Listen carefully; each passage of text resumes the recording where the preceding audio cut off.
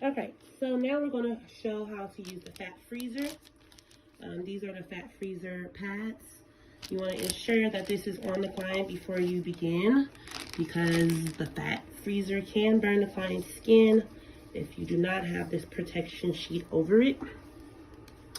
So we're going to just do her lower stomach. This comes with a band. Some people use the band, some you don't have to. It's not, necessary for every client, but if it could fit around the client's waist, I do suggest to use it. Just going to attach it.